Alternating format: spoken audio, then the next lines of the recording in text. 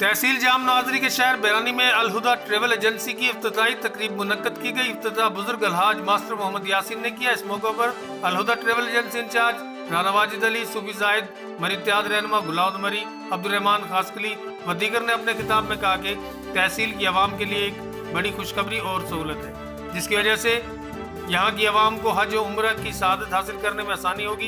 इब्तिदाई तकरीब से किताब में अलहुदा ट्रेवल एजेंसी बैरानी के प्रोपराइटर सूफी जाहिद का कहना था कि यहाँ हज व उम्र के पैकेजेस के अलावा बैरून मुल्क जाने वालों के लिए टिकट बुकिंग की सहूलत भी दस्तयाब होगी, जिससे बैरून मुल्क जाने वालों को सहूलत होगी। इस मौके पर इलाके के सियासी, सामाजिक, कारोबारी व दीगर शख्सियात मौजूद थी।